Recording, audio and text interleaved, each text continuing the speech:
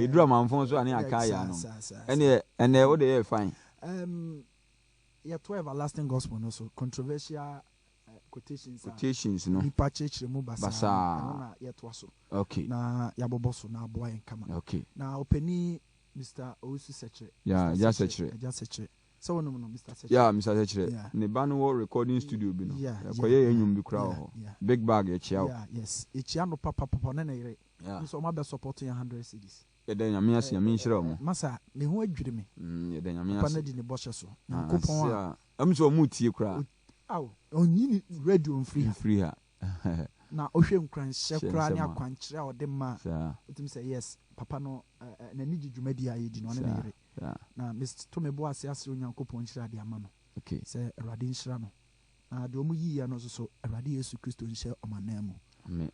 saa na yɛkɔ so srɛtiefoɔ sɛ in fact yɛhia mmoa ensem de obebre ka kyerɛ mo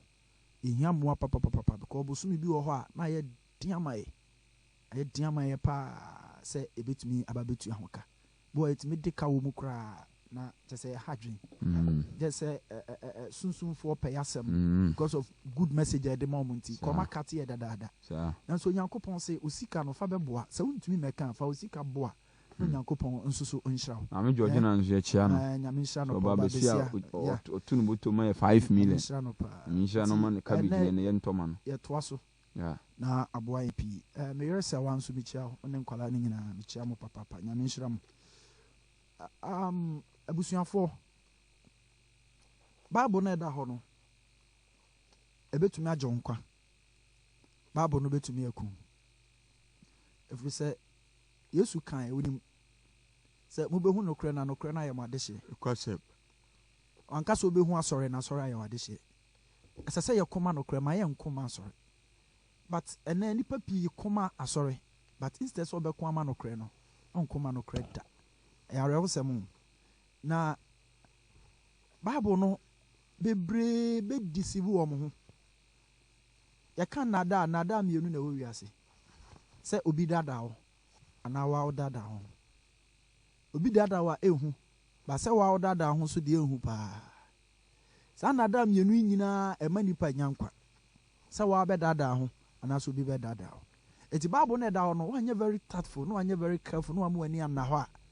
Bible na wo be fa wo be kenkan no wa be dada ho two obi nsusu betuma gina Bible no so dada ho kwasem ama nkwaje ayeden abo na unim se ehu pa se wo be gya atro ba ko adi Binti a nyame sɛ yɛmfa quotations ahodo a ɛkyi nipa dwene na Onyankopɔn no korɛ ɔmu gyina so de tugu emreko a ɛnyɛ saa na ade ne te but ɔno no de na adwen ɛkyerɛkyerɛ sɛ no mu saa no de te ase but ehu sɛ wobɛma obi agye atoro baako adi o ehu ɛnyɛ mienu nya miɛnsa ho baako pɛ te sɛ onikafo ho medi kantre mienu nkyɛmu nkron kosi du mienu tie ne ehu ma nipa sɛ onipa bɛgye atoro baako sei ken baako sei adi ehu papa na nipa fi sɛ ɛna me masɔre me nkyɛkyɛ kura de no ano no ɛyɛ ehu pa sɛ obɛgye atoro baako adi na yɛntie de Tesalonikafoɔ ɛka etre 1 Thessalonians chapter 2 no verse 9 to Tesalonikafoɔ nwoma edi kan 12 eti mienu nkyɛmu yɛ nkron na nuanom mo ka yɛn mmɔden mo adwuma ɛne ɔbrɛ no Tesalonikafoɔ nwoma ɛtɔ so mienu etre mienu nkyɛmu nkron ba no patro kan ma me na mehwɛ ɔse ɔno nso na ne ba no ɔba no sɛ Satan adwuma yɛ so ɔba no Satan awie brɛ ho asɛm na Paul ka ho asɛm o na obi bɛba a ɔde nada abɛ papa bɛba na adwuma ɔbɛyɛ no nyinaa no ɔba ɔyɛ no Satan adwuma yɛ so na ɔyɛ atoro tumi ne nsɛnkyerɛnneɛ ɔse ɛyɛ atoro tumi ne nsɛnkyerɛnne hwɛ me asɔfoɔ mo yɛ anwanwadeɛ ne nsɛnkyerɛnne adiifo atorofoɔ no me nsuro mo ɔmo ho nya me hu ɛsen akyerɛkyerɛfoɔ atorofo me adiifo atorofoɔ ho nya me hu koraa because wo nsɛnkyerɛnne ne anwanwadeɛ na ɔyɛ no efiri nyame a deɛ woyɛ na akora da adi but nkyerɛkyerɛ obi wɔ okura atoro nkyerɛkyerɛ sɛ ɔbɛkyerɛkyerɛ atoro ɛdi nso behu because okotu from the Bible na adwen kyerɛ mu ɛdi nso behu pa etimi adiifo atorofoɔ ho nya me hu ɛsen sɛ akyerɛkyerɛfoɔ atorofo ɛna ɔso ɔno nso na ne ba no ba ne sɛ Satan adwuma yɛ so nti awie yɛ brɛ mu bonsam nso so ɛbɛyɛ teachings because onim sɛ miracle no nkrofo hu akire Sa. It is an etia dia wode nkyerɛkyerɛ nso bɛba. Etina Yesu Matthew chapter 4 ka kyerɛ Yesu okotu Yesu sɛ ya kyerɛ sɛ gya ho hwe fam no ahyɛ na bɔfo so ɔbɛ deɛ. Obeso. Na Yesu sɛ ya kyerɛ sɛ so awurade Onyankopɔn nya deɛ. Enhwe. Ɛwɔ Bible no ba nya saa na kyerɛ. Ɛwɔ Bible no ba nya saa na kyerɛ. Eti akyerɛkyerɛfo atrofo hu papa. Nti hwɛ ni ye. Me pa kyerɛ to aso. Ɔse na ɛne deɛ ɛntene nyinaa. Enti atoro no de ba no ɔbɛma nipa yɛ nneɛma a ɛntene because so gye atoro di a wontumi nya ade ɛtene da. Ɛne na ada nyinaa mu. Afei wati wasa repeating na ada o obedi sivu nipa. Ɔna miracle so bedi sivu nipa. 2 ɔnam nkyerɛkyerɛ so ebedi sivu nipa. Na saa nneɛma mienu abonsam afa no abusuafo ɔsɔsidi papa. Ɔsɔsidi papa. Ɔsɔsidi pa. Ɛne wɔn a wɔyera no mu. Ɛne ɔmo yira because nipa bebree bɛgye di ayira. Esan sɛ wanye no korɛ dɔ no. Na ɔmo bɛyira no ɛyɛ ɔmo a no korɛ dɔ a Onyankopɔn de ma ɛfa yɛ so de ma mo no ɔmo nya deɛ. Ɛnam sɛ ɔmo nye no korɛ dɔ ne ninti no. Oh me de ma sɔre se me nkyerɛkyerɛ ano no de ɛno ani na sɔfo na nkan mfiri Bible mu. Anya saa na ase akyerɛ korɔ se efiri Bible mu enti. Ɔmo yira. Saa no de agye wɔn kwa. Na ɛnam sɛ ɔmo anye no korɛ dɔ ne ninti. No Onyankopɔn gyina no korɛ no so de agye ɔmo kwa. Enti wɔn sɛ ogye atoro di a wonya nkwa. Ɔso ɔmo bɛgye no korɛ dɔ no ana ɔmo de benya nkwa. Na mo wo abɛgye atoro baako sɛ yɛdi Onyankopɔn gye wɔn kwa nye yi. Verse 11 yɛnti Onyankopɔn soma na ada emu yɛ den. Ai Onyame ɛmma kwan o. Onyame na ada ni mu. Soma ma na ba. Onyame mma kwan. Bɔma bonsam kwan. Ama bɔma bonsam kwan. Ama because adeɛ biara no Onyame ama kwan a untumi nye. Ana Israel mu so adeɛ bi ɔmo nim sɛ firi Nyame. Ɛtuna ɔmo record no sɛ Onyame bɛsoma na ada. Na mo Onyame mma kwan. Ama bonsam ayɛ den. Ɛde na ada mu ɔden afa nipa so nipa kɛseɛ nimdeɛfoɔ. Eti no ɔfa medical doctors. Ɔmo ka brɔfo akɛseɛ. Ɛnyɛ no bi sɛ yɛ nka brɔfo yo. Ɔmo keka brɔfo akɛseɛ bonsam fa. Ana Yesu so fa papa hwe kwa no. Difference ɛbɛtɔ ɔmo ntam no no. Na ɔmo de adada ɔmo. Ɔmo su terms. Ɔse na wabu na ɛne na ada nyinaa mu. Ɛde aba wɔn mu. Ama wagye atoro adi. Eti ɔmo de na ada bɛba ma nipa bɛgye atoro na adi. Na wabu wɔn a wanye no korɛ anie. Obi a wanye no korɛ na di na bɛgye atoro adi. Emu wɔn ani so deɛ ɛntene no nyinaa ten. So nkyerɛkyerɛ nyɛ papa. Ɛnam sɛ benefit nkyerɛkyerɛ ne benefit nti. Ɔmpa nyɛ na yɛ ka na yɛ odenti. Saa. Ne wanya ɛsɛ yakotu afiri Bible mu nti wanya baabi agyina. Eti wasom denden nti. Ha Onyankopɔn sɛ ɔde bɛyɛ deɛ. Obebu mu nyinaa fɔ maako. Obebu maten maako. Obi a wanye no korɛ dɔ n'ani na bɛgye atoro baako. Onyame bɛgyegye. Obebu aten papa. Abusuafo tie ni ye o. Eti tie ni ye. Eti ɛnɛ Onyame wasɛm de ma o. Job chapter 32 verse 6. Ɛnɛ Onyame wasɛm pa de ma o me no mienu papa. Eti mesrɛw twema wa fidie no. Bio wa kuma mu sɛ ubetie. Ne mom enkuma bibia. O de fa ye wi afa toto kyerɛsɛm no ho. Na hwɛ sɛ ɛte sɛn. Na tumi aboa kama. 32 verse 6. Job etiadu asamiru nkyemu nsia. Na busini Elihu a oyɛ Baraka ba no ebua sɛ. Obua sɛ. Me deɛ me abofra. Na mo deɛ mo yɛ nkɔkora. Na mo deɛ mo nyinaa mo yɛ mpanifo mo yɛ nkɔkora. Enti na me to me bo ase ma mo. Enti na ene Onyame sɛ me to me bo ase ma mpanifo ni nyinaa. Na mesuro sɛ mɛka deɛ minim. Na mesuro sɛ me ene deɛ minim na mɛka. Na mo menya deɛ Awurade asoma me. Suro sɛ mɛka deɛ minim akyerɛ mo. Mesuro sɛ me mɛka deɛ minim akyerɛ mo. Mɛka sɛ ɔma ɛna nkasa. Mo ma ɛna ɛnkasa. Na emfidodoɔ enkyire nyansa. Na obi a wanyini bebree no ɛno nkyerɛ sɛ ɔno na ɔwɔ nimdeɛ ɔno na ɔwɔ nyansa ho. Tediye pa. Eti obi hu evangelist obo a na kwa kitikiti we na no denden di already also yi. Me na me fi say papa pani bi ni dabi abusuafo se na emfidodo nkyire nyansa. Obi wanyi se wa be di 1000 years no na kyerɛ sɛ unim nyansa ho. Ampa honhom ɛwɔ ɔdasani mu no. Honhom a ɛwɔ onipa mu no. Ɛne otumfo ahome no. Ɛne otumfo no na. Ɛne ma enipa nhunu mu. Ɛne ma nipa nyansa ɛne nimdeɛ. Eti so onyame honhom ni wo so a obɛka de wonim. Saa. Eti abrante no sɛ me nya madwen sɛ mɛka deɛ meminim. Saa. Mɛka deɛ memepɛ. Ɔsɛ ɛnyɛ wɔn a wanyini pii ɛne onim nyansa. Menka deɛ memepɛ. Menka deɛ meminim. Saa. Metrɛw pa. Eti anhwɛ sɔfo no na bɔdwe sɛ ne tiri ne mfie dodoɔ. Na waka sɛ o ɔne no kura na ɔka dabi. Obi timi hwɛ obi ni posture kɛkɛ na wagye na di. sɔfoɔ no yɛ kɔkɔɔ ne ho ɔfɛ ɔdrɛse kama na odi n'akyi ɛyɛ awerɛhosɛm papapapapa but ɛnɛ nkyerɛkyerɛ no yɛnwerɛ eti ɛnɛ yɛbɛtoa so na yɛabobɔ so na yɛhunu nimdeɛ ne hunumu ne honhom a onyame de ama ne ma sɛ yɛmfa nkyerɛkyerɛ no nokura mu na ɛmmoae papapapapapa na quotations ahodoɔ a yɛkootu ɛde kɔndɛm mu onyankopɔn mmara onyankopɔn ne homeda saa nokura yi ahinta nipa na onyame pɛ sɛ oyi na adi kyerɛ wo okay Acts chapter 20 verse 7 Acts 20 verse 7 asomafo sɛm ɛnam sɛ Yesu asomafoɔ no Yesu obubu paano asomafoɔ no bubu paano na wɔtwem de edi kan yɛ kwasiada eti ɔmo se ɛyɛ asɔre na ɔmo kɔ nti ɛno yɛ homeda ɛnam sɛ ɔmo bubu paano nti o eti kwasiada no na aba bɛyɛ ɔsom da kɛse a Yesu di abesi hɔ afei Yesu ewu sɔre yɛ no na wɔtwe kwasiada biara na ohyia asuafoɔ no kwasiada biara na ohyia asuafoɔ no enti sɛ ɛnyɛ ɔsom da ɛnyɛ sɛ yɛmfa nsom a adetina ɛsɛ ɔmuhyia Yesu ɔhomeda ɔmuhyia no kwasiada eti na sɛ homeda no based on paano ɔmo bubu no na wɔtwem de edi kan nti onyankopɔn homeda no afiri memenda de aba kwasiada bepatwɔ kenkama yi ma honya ha asomafo sɛm ti aduonu nkyɛmu nson na wɔtwe mu da a edi kan no a yɛhyia sɛ yɛbu paano a yɛhyia sɛ ɔmo bubu paano lɔsapa ɔsɛ na wɔtwem de edi kan no ana ɔmo yɛ nhyehyɛeɛ sɛ ɔmo bɛhyia na ɔmo ayɛ deɛ yi ɔmo bu paano Paul kasa kyerɛ wɔn na Paul no kasa kyerɛ wɔn a ɛfiri sɛ adeɛ kye a na ɔbɛkɔ na wɔtoa nsɛm no so a kɔsi abɛsuom ana ɔmo hyiaeɛ ana ɔmo bubu paano kama ana Paul toa so kasaeɛ na adeɛ kye a ɔkɔɛ wei saa asɛm wei ɛdeɛ na kyerɛ sɛ onyame ayi ne homeda no afiri memenda ɛde akɔ kwasiada tie ne yie paa okay 1 Corinthians chapter 16 verse 1 to 3 so a the same thing ɔmo bubu paano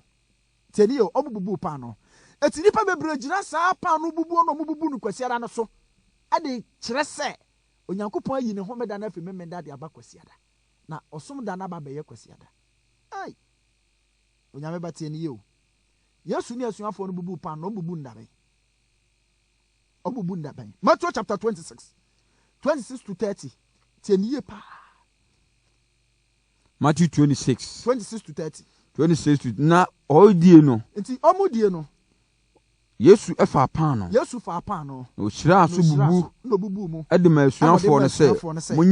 munyi wei ni yei ne me honam na ɔfa kuruwa ana Yesu fa kuruwa na ɔda ase ana Yesu da ase ɔde ma wɔn sɛ mo nyinaa monnom bi na yei ne me mogya ɛyɛ apam adeɛ a nnipa bebree nti ɔhwie agu ama bɔne fɛfiri na mese mo sɛ ɛfiri nnɛ monnom bobe yi aba yi bio ɛde bɛkɔ akɔsi sɛ ɛda a me ne mo ɛbɛnom no foforɔ mogya ahennie no mu no na ɔto ayɛyie dwom na ofiri hɔ ɛkɔ ngo bepɔ no so enti Yesu ɛne asuafoɔ no ɔmo bubu paano no yawada nwumere na adwo no ɔmo bubu paano no eti paano no abubuo no sɛ asafo mu wɔ hɔ musimu bɛdi no dwoada onyame nsi ho kwan musimu bɛdi no wukuada onyame nsi ho kwan musimu bɛdi no brada onyame nsi ho kwan ba saa da na mo de hyia sɛ mo de bubu paano no ontumi nka nkyɛn sɛ saa da na mo ma hyehyɛ sɛ mo de bɛhyia bubu paano no nti no ɛbɛyɛ homeda ibia ni ho ɛkyerɛ saa ɛne na original one no asuafoɔ no kwan kɔma yɛ mistake because Yesu bubu ne paano no yɛwada no de omu di the Lord Supper sa do ɔmo kɔ eti sɛ ɛno na yɛ ɛda ɛsɛ sɛ yɛde suɔ de som de a ɛne kɛ sɛ yɛwada na kɛ yɛ som da because ɛno na saa da ɛno na Yesu de bubu paano ɛne na asuafoɔ no bɛbubu bi kwasiara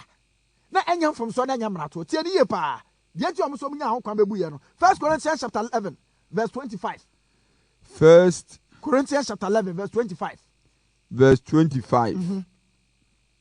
ɔse saa nso na adidie n'akyi no ɔfa kuruwa no kaa sɛ kuruwa yi ni apam foforɔ mea me mogya mu da biara a mobɛnom no da biara a mobɛdi bio na mobɛnom bio no momfa ɛnyɛ me nkaeɛ eti Yesu ɔde Lord Supper ne si hɔ no wanhyɛ sɛ chise benada afi ana da brada na wukuada na yawada na eduada na muni dem o se eda bia mo be ye de be di bie no mo fan kan me eti se asafo no mo ho na mo so ene na ya hyehyɛ se eda we ye pese edi a fine udi lo sapa eduada a wonto mra udi lo sapa ta wukuada a wonto ana mo be di lo sapa no so gye se bu hia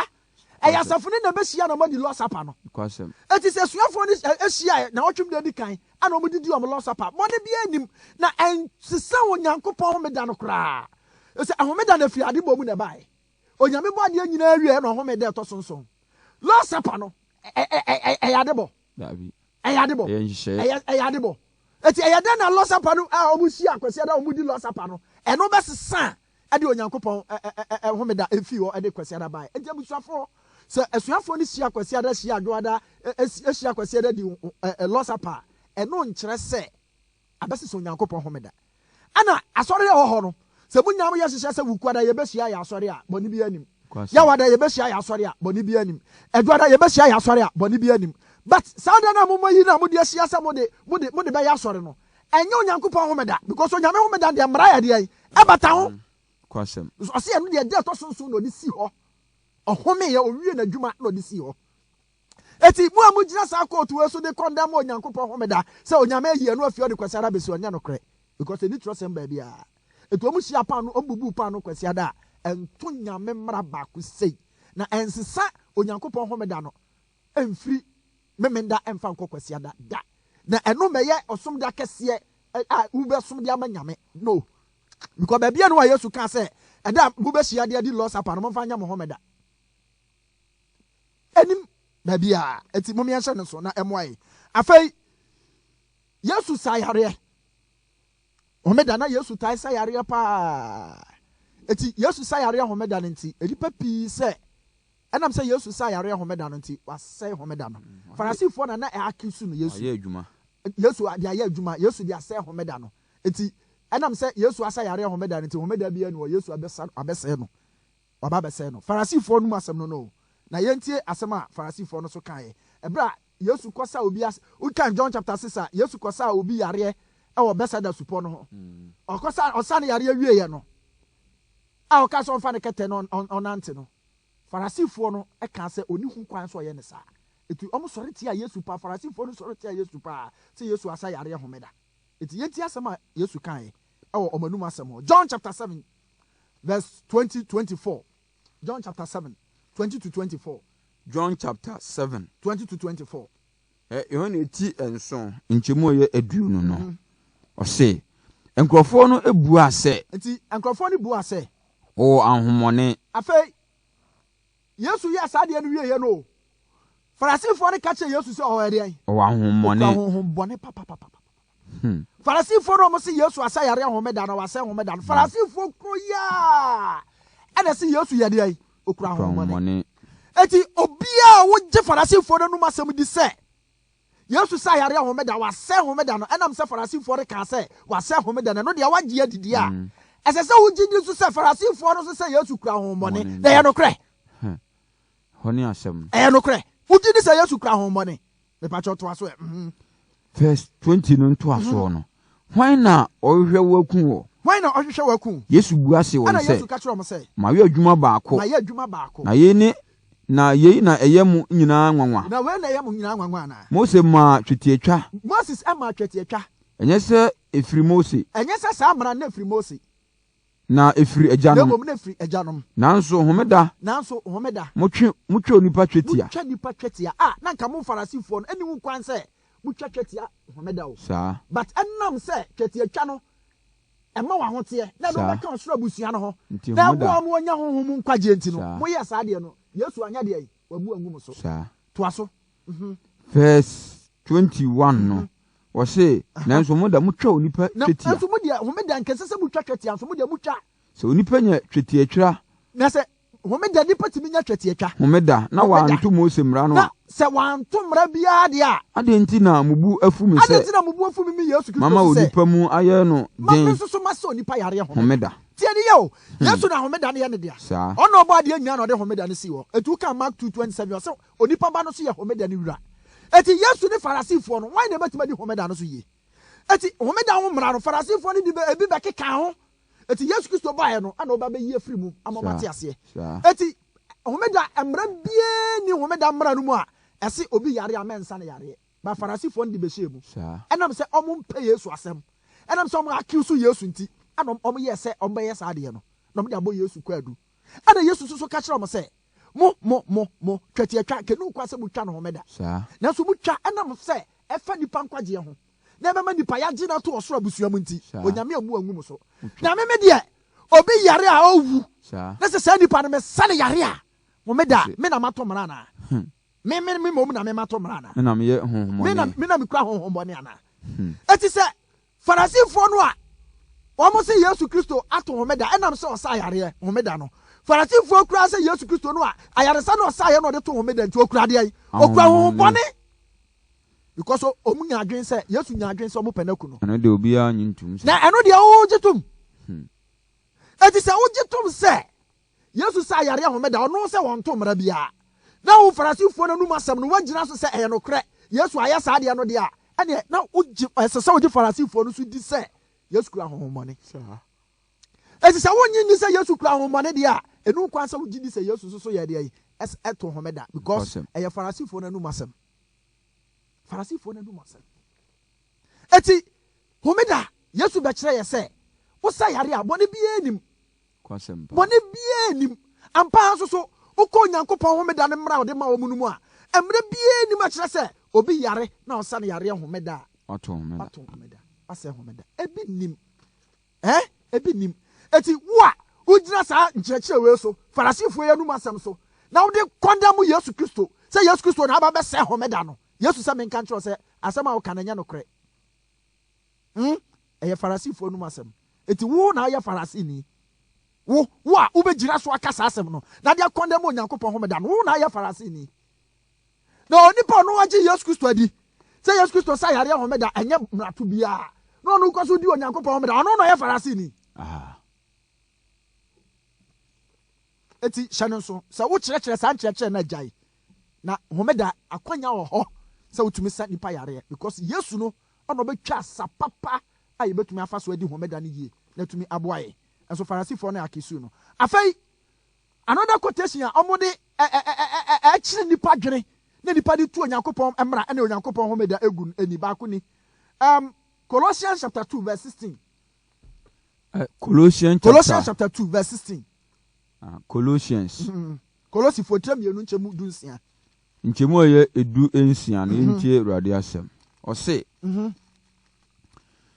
260 enti muma obi emu mu aten aduane Paul no masem se enti ema obi emu aten aduane ana anone tie nioma bobo no sa aduane ana anone as a drinks ana afashe ana osrane foforo ana niumu osrane foforo ana homen na fem ose homen enna fem enya homeda o homeda is singular ana homen na fm eye plural sa eti ahasem a Paul kan yi ema obi mu aten aduane anone ana osrane foforo ana se homen na fm wanka homeda sa teniye pa na yewo muni yewo homen na bebre o trosem no mo wa we yi a obeka ne nyina abom aye mistake yewo homen na bebre o trosem no mo eye afasha honomenda na numu na omu didi omu no manone omu ju omani ewo saa homen na enumu na no na Onyankopɔn enam Paul so ka kyerɛ sɛ enam sɛ Yesu aba be wu nti saa afashe homen na no ema obi nya de emu watan ho because na ni nyina be si Yesu Kristo so eso no Yesu aba de a ema obi emu watan awo saa homen na efam no na yen kohwe bie Leviticus 23 verse 3 tie nie unya bra kan Leviticus chapter 23 nyina ube wo Onyankopɔn homeda ankasa ene homen na ahodo a ewo ho na emo Leviticus 23 verse 3 23 verse 3 no aha enensia na wonwa dwuma ahai oka weekly sabbath no na wotwe ye wo mu enanso onyame bo ade awie no ede to sonson no de homen eti Leviticus 23 no o ma wahu onyankopɔn homeda ne nsia na onye adwuma ana wi a wabɛkyerɛ homeda so ayɛ hɔ ɛnansia na yɛ adwuma na de to so nso na ɛde to so nso ne de yɛ home mu homeda ɛyɛ home mu homeda de ati a ɔka ne sɛ yɛ home mu homeda no afahyɛ homeda no ebi wɔ hɔ a etimi si memenda saa esisi memenda anam so onyankopɔn homeda no ɛyɛ homeda ne nti ɔma afahyɛ homeda no so si a na ɔma ka bɔ mu a ɛna ɔmo frɛ no home mu homeda home mu homeda ahyia mienu no because ahyia mienu afahyɛ deɛ no ɛno ɛda ɛtɔ so nso na ɛyɛ onyankopɔn homeda na ɔde si wɔ no ne mienu nyinaa ahyia kama ɛtɔ mo adwuma bia ɛtɔ nyame sɛ ma nyɛ adwuma bia eti aha yɛ weekly sabbath no na ɔka ho asɛm afɔ yɛkɔhwɛ homeda ɛmfa mu ɛdeɛ no bi so so verse 23 ekosi 38 ma ho nya hye 23 ɔse na awurade kasa kyerɛ Moses sɛ awurade frɛ Moses na ɔkasa kyerɛ kasa kyerɛ Israelfoɔ sɛ kakyɛ Israelfoɔ no sɛ bosome ɛtɔ so nson no tiɛni yɛ bosome ɛtɔ so nson da edi na ɔtwe ne kan no da edi na wɔtwe mu kan no tiɛ bosome ɛtɔ so nson da edi na wɔtwe mu kan de di kan no yɛ homeda onyankopɔn home da di kan no yɛ homeda tiɛ wei na wɔtwe ɛtɔ so nson no ne da edi kan bosome ɛtɔ so nson ne da edi kan ana ne na wɔtwe mu da edi kan no ana ɔse momfa nya de momfa home ɛyɛ homeda de ma mo ba onyankopɔn homeda no a ɔka ho asɛm no deɛ ɔse ɛyɛ ɛnam ankomako ɛnso ɛnyɛ bosome eti saa na teɛ deɛ aka sɛ homeda wei ho na ɔka ho asɛm wɔanya different deɛ a ɛne ka bosome ɛtɔ so nso bia de adi kan bia na kɛse yɛde kɔsom but onyame wɔ the weekly sabbath no wɔ hɔ a ɛkyerɛ sɛ difference wɔ wei mu eti wei yɛ afahyɛ homeda no ebi na yɛbobɔ so no kɔ ɔse kasa kyerɛ Israelfoɔ na bosome a ɛtɔ so nson no bosome a ɛtɔ so nson de di kan no yɛ homeda ɛyɛ homeda totorobɛnto hyɛn nka yɛ wate aseɛ totorobɛnto hyɛn nka yɛ ɛyɛ afahyɛ ɛna sɛ bosome a ɛtɔ so nson no ne de di kan no ana ɔmo fa nhyia na ɔmo fa ɛnyɛ eti ano etimi si dwoada etimi si brada etimi si wukuada etimi si tɛmbia but onyankopɔn homeda no deɛ ɛyɛ ade bɔ homeda no deɛ ɛntumi nsi dwoada ɛntumi nsi brada ɛntumi because ɛyɛ 1 week ana 1 week bi asia na san hyase 1 week bi asia na san hyase onyame nyansɛm no etu ade homeda no ɔde yɛ de atɔ so ɔde twa to eti eni bosome ana ni afe ana ni we ɛne na ɔtwe bi a ɛwɔ baako na ɔtwe bi a ɛyɛ de atɔ so nson mahu ahyia ɛda onyankopɔn homeda ɛne homeda ahodo a Paul ɛka ho asɛm sɛ ɛma obi mu watan ɛwɔ ho no to aso to aso na awurade kasa kyerɛ Moses sɛ awurade sa frɛ Moses na ɔsa kasa kyerɛ ne sɛ bosome ɛtɔ so nson ya bosome ɛsa ɛtɔ so nson no ne da ɛtɔ so edu no bosome ɛtɔ so nson ne da ɛsa ɛtɔ so du no ɛne mpatada ɛyɛ saa da no yɛfrɛ ne mpatada monhyia kronkron onyankopɔn sɛ monhyia kronkron na mommrɛ mo kra ase na momfa ogya afɔdeɛ mmerɛ awurade na ɛda ɛtɔ so na ɛda no monnyɛ adwuma bia ɛda so ma monnyɛ adwuma bia ɔsɛ ɛnyɛ homeda no nko na onyame ka kyerɛ Israelfoɔ sɛ ɛda tɔ so nso na monnyɛ adwuma o afahyɛ homeda no bi wɔ onyame ka sɛ monnyɛ deɛ monnyɛ adwuma bia ɛfiri sɛ ɛyɛ mpatada ɛfiri sɛ saa da no yɛ pata ma mo ɔpata ma mo ɔmo nkɔ baabi a saa awurade mu nyankopɔn anim na ɔkra biara a ɔmmerɛ ne ho ase na ɔkra bi a wɔmmerɛ ne ho ase ɛda no no ɛwɔ saa da no mu no obɛtwa no afiri me man mu atwene na ɔkra biara a ɔyɛ mu adwuma saa da no mɛsɛe saa ɔkra no enti ɛnyɛ onyankopɔn homeda da ɛtɔ so nso ne nko ara na wo saa na ne yɛ saa ɛku wo saa dabi da mo yɛ mpatada no atomen day no saa da no du a onyame sɛ ɔmo fa nhyia kronkron no wo nso so ɔmo fa nhyia na wɔn fa nsrɛ wo bɔ ne fakyɛ na bakɔ yɛ adwuma kɔ afuo ma yɛkye wa nyame sɛ yɛbɛtwa afiri wo mam yɛbɛtwa afiri wo mam yɛbɛku eti wɔn sɛ yɛwɔ mpatada homeda ɛso so wɔ hɔ ano nso so wɔ hɔ mepatwa toa so verse 30 no verse 30 ɔsɛ munyɛ mu adwuma bia ɛda ahyɛdeɛ ma mo ɔma wɔ ntoatoasoɔ nyinaa mu ɛne mo tena bia nyinaa mu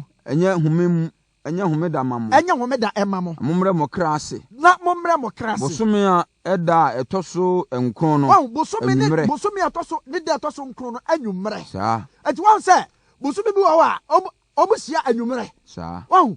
eti na asomafoɔ no nso kɔhyia kwasi da anwummerɛ bubu paa no a bɔne bɛɛ na wɔ mu eti dabi wɔ hɔ a wotumi hyia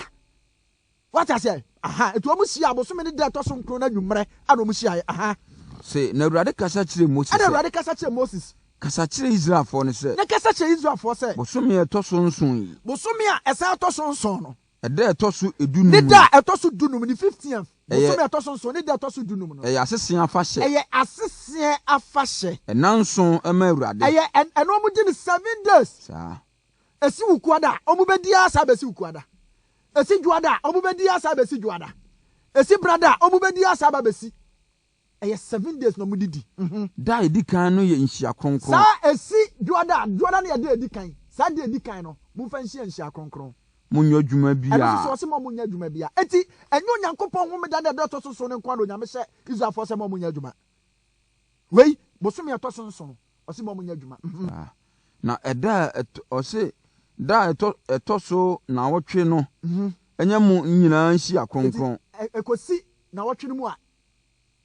enya nhia kronkron san fa ma munya. Na mumfa ogya afode emre Awurade. Mumfa ogya afode nso so emre Awurade. Ya fashe no awieye. Ya fashe no awieye. Munyo adwuma bia. Na me se mo munya adwuma bia. What do 38? Yenum ene Awurade afashe ahodo. Wenum ene Awurade afashe tie ni o. Ahodo. Ni nyina na homeda wo mo. Mompai se. Na mompai se. Wonhia ehia kronkron. Sada du o mo nhia kronkron. Enti onyame nhye wo yede mo mu bia, wa hye o mo se o mu mesia bia no onyame ka kire se ehia kronkron. Verse 38. Aha. Esono Awurade home ena no. Eso Awurade home da no. Ena sono mo ayeye de no. Ena sono mo ayeye de afashe home da no amudi no. Na esono mo obo ade nyina. Ena sono afashe amode mabo ade ba, eno so nyame se home da na sono no. Na sono mo ayemuye ade nyina. Ena sono mo ayemudi afashe amode ba, eno so mo de home no. Amode ma Awurade esono. It was a difference was a home da no mo. Ene Onyankopɔn home da na to so nso no. Nso ye kese edem. Na sa afashe homenda no enum na onyame se omo no manone omo ji omani because enigye dodo na ya enigye to the feast of tabernacle no ene enigye nko a ana omo ji omani sa ana omo ji omani sa ana omo ji omani sa eno na Paul ka se emo bi mu watan sa awo sa afashe homenda no because na nyina because twama afashe na mo de homenda ebesi Yesu so Yesu abewu mo de yede mo de yede ni nyina twam but Yesu Kristo ba ye no na watwe homeda no a de to sonson no a efi adebo mu ba ye no Yesu ba ye no abebo ade foforo no afa bibi foforo bi amesi adebo anam tieni yo Yesu afa bibi foforo bi amesi adebo anam ana Yesu so ba ye wa memo ade foforo wa benya homeda foforo se obo ade awie ye no de home eti eyede na Yesu de na watwem de edi kan besi wo ade ye homeda eyede na Yesu yesa eden ana na fashion homeda ni nyina so anya dwuma biem eti ade na Yesu Kristo sa de fashion homeda ne sa besi wo biem ana so obeyi Onyankopɔn de na firi ho anya yie because wa mebo ade afoforo eti eda so ho na osimo bi mu atan but tie Bible no ade no de bebu atan Paul say mo bi mu atan afashion anone ana se homena fm mo bi mu atan but tie ade no Nyankopɔn de bebu atan James chapter 2 verse 10 to 12 says ana tie de a ena na James and Peter Paul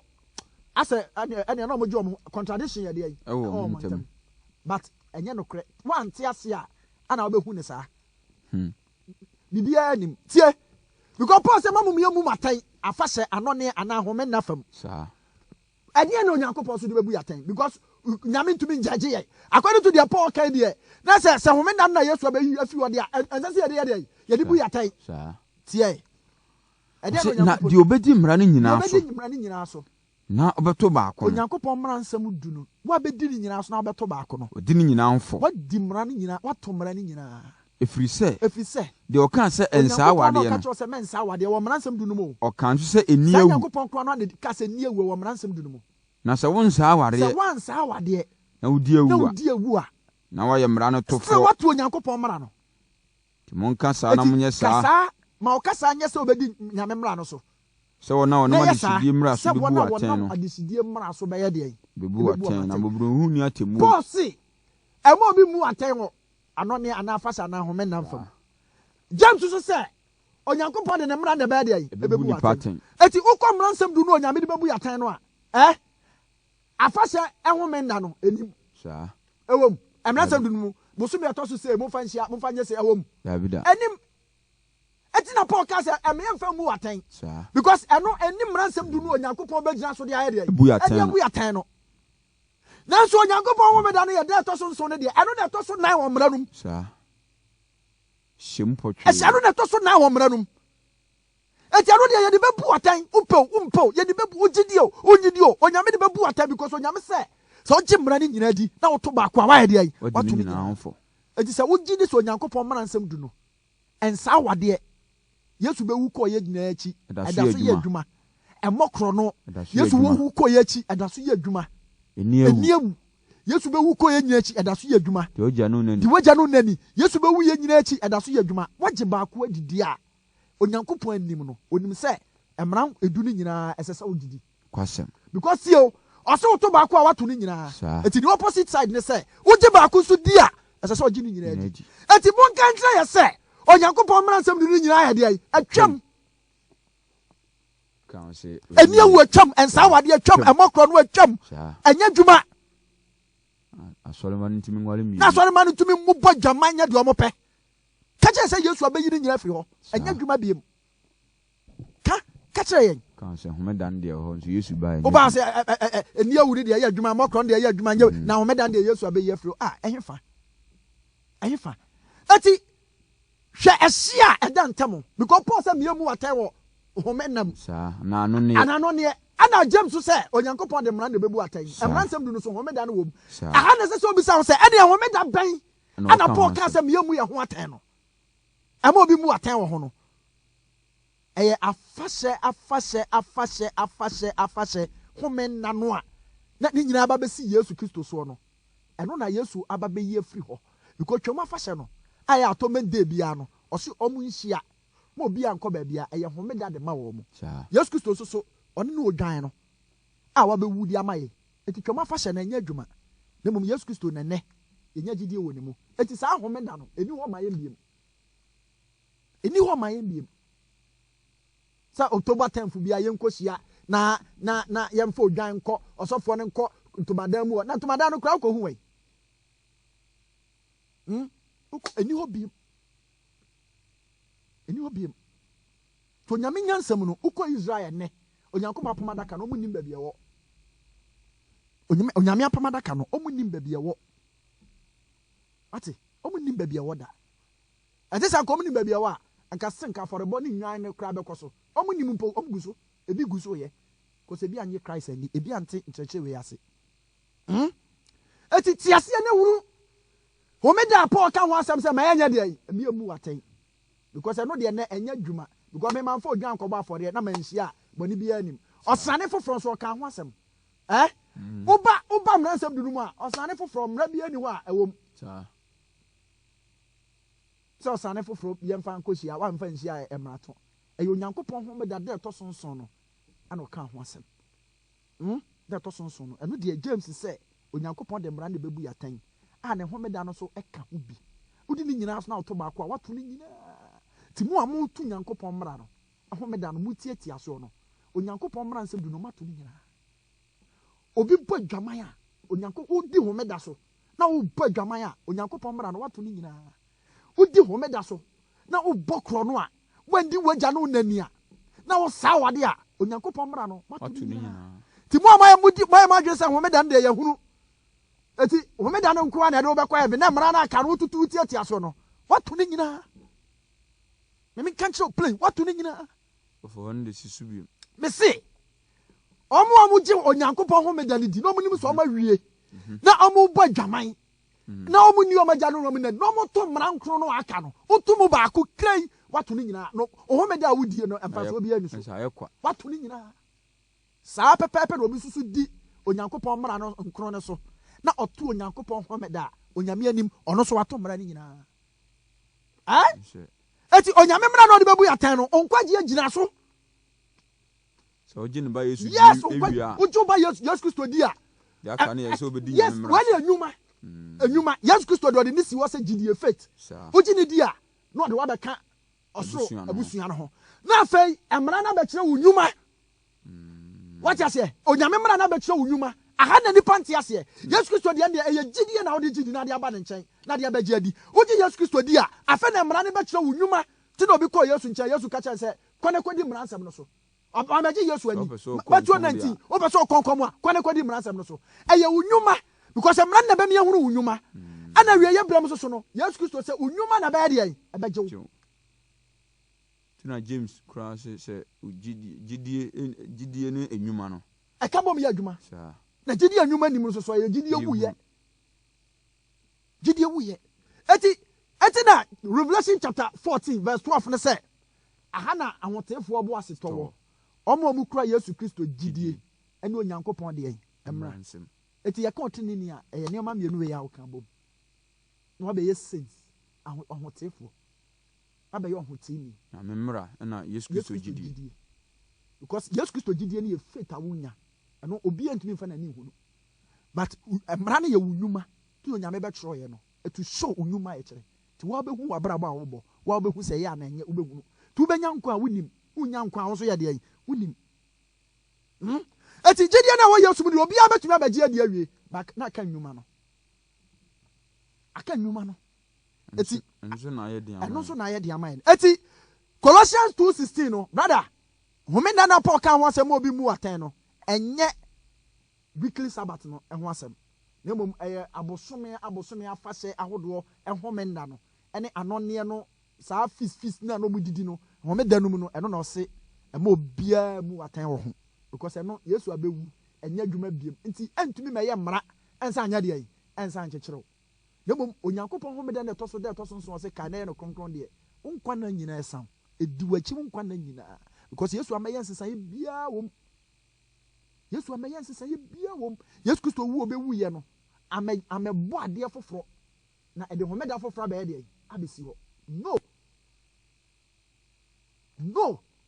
eti nyoma nyankopon bo na nyoma ade bo fiti ase nyina Yesu bewu ye che no na da so ho de a ane ye de na ne da na ode ho me ewo sa ade bo no ho ne de etumi sesa ede ne etumi sesa onyame ba nyame mount ase onyame omie wakoma mu wate onyame mie wakoma mu nete ase because ebi ewu ama asori bi nchi o kuni ho ama asori no cheso do asori na ma onno nyankopon no kre to okoma asori but onkoma no kre erade o mount ase pa na mo afei yento aso Colossians 2:16 no wate ase onyame mo afei asomafo no so ne onyankopon ho meda yenkwa hwe Paul mo de kakra eno so bebre ko tu nyoma bi a emoa ati Paul oje onyankopon mradi ane ho meda kan no Paul ogidi ana Acts chapter 24 verse 14 Paul ogidi oje mradi oje onyankopon mra edi onyankopon ho meda kan ogidi ana Acts chapter 24 verse 14 24 verse 14 no o say na ye die me pai meka me kyerɛw sɛ me pai mo meka me kyerɛ mo sɛ ɔkwan a ɔfrɛ no sɛ fekusɛm no mu no ɔkwan a ɔfrɛ no sɛ fekusɛm mu ana me sɔre magya no mu Nyankopɔn ana me sɔre magya no mu Nyankopɔn saa na megye nneɛma a wɔtwerɛ no mmara ne adiifoɔ no mu nyinaa medi ɔse dɛn megye mmara ne nneɛma a wɔtwerɛ no adiifoɔ no mu nyinaa saa ɛnyɛ Yesu brɛ so ɔro abɛka sa asomafoɔ no agyanom so no na mmara nsɛm duru na ne ho saa Aso ogidi de ya tro mransam so se ne ya tro o se ogidi sa de ya tro wo mu nyina ogidi e de se homeda no kra Paul ya de ogidi ntino homeda bia na okohia no se eno na bebre ahanti na me pese wo ti ase se Paul ogi ajanom sa na se Acts 24 verse 14 na adwe am wo se Paul benya enipa ntino ko aso de mo homeda no eye wa wadwena Paul anka no ba bia se obenya omu nti na okọ ho eye wo wadwe na odi kirem tie nie afei eni Bible eni verse 4 was na ye die me pai me kan me kyerɛ mo sɛ me pai bu me ka me kyerɛ mo sɛ ɔkwan a wɔfrɛ no fekusɛm mu ɔkwan a yɛfrɛ no fekusɛm mu no ɛna me sɔre magya no mu Nyankopɔn ɛna me sɔre magya no mu Nyankopɔn na megye nneɛma a wɔtwerɛ no mmara na nneɛma a wɔtwerɛ no mmara ɛne adiifoɔ no emu no adiifoɔ no mu nyinaa mu no megye ne nyinaa di megye ne nyinaa medi wei wa me Paul tete no ni ho saa ɔso ɔgye ne nyinaa di eti Paul ɔso ɔgye Nyankopɔn mmara ɛne deɛ yɛatwerɛ wɔ mmara no mu nyinaa ɔyɛ deɛ ɔgye ne ɔbelieve ne nyinaa ɔgye di eti Paul gye Onyankopɔn homeda di sɛ ɛdɛ ɛtɔ so nso eti tie nie eti okotu Paul krataa e dia condemn se Paul say homeda oboa oso agimra ne di na eda no say no eda no condemn no una wanti na asem o kan ase ana oso dia condemn no wanti ase ntia etitie nie eti Acts chapter 17 verse 1 and 2 Acts 17 verse 1 and 2 17 no verse 1 and 2 verse 1 and 2 yenti o se na otwamu Amphipolo nti Paul atwamu Amphipolo ene Apollonia eba Thessalonica ho na Yudafo hia dan wo ho de na Yudafo hia dan ho na sede Paul tayo no da okwo nchen homeda yensa ne wonkodi yensa ene omo ye de akodi ekoka atwerensem mu asem na okyerɛkyerɛ mu di ho adanse sɛ twa sɛ Kristo ehunu amane sɛ Yesu Kristo yɛ dɛn na ɔsɔre firi awufuo mu nti Paul kɔɔ no message a Paul de kɔɔ no yɛ message bɛn ɔkɔka sɛ homeda atwam dabi Paul eti Paul kɔɔ sɛ ɔbɛma Jewfoɔ no ahu Yesu because that time no mo ni Yesu ni saa eti nya homeda ho asɛm kra na Paul de yɛ dɛn de kɔɔ hɔ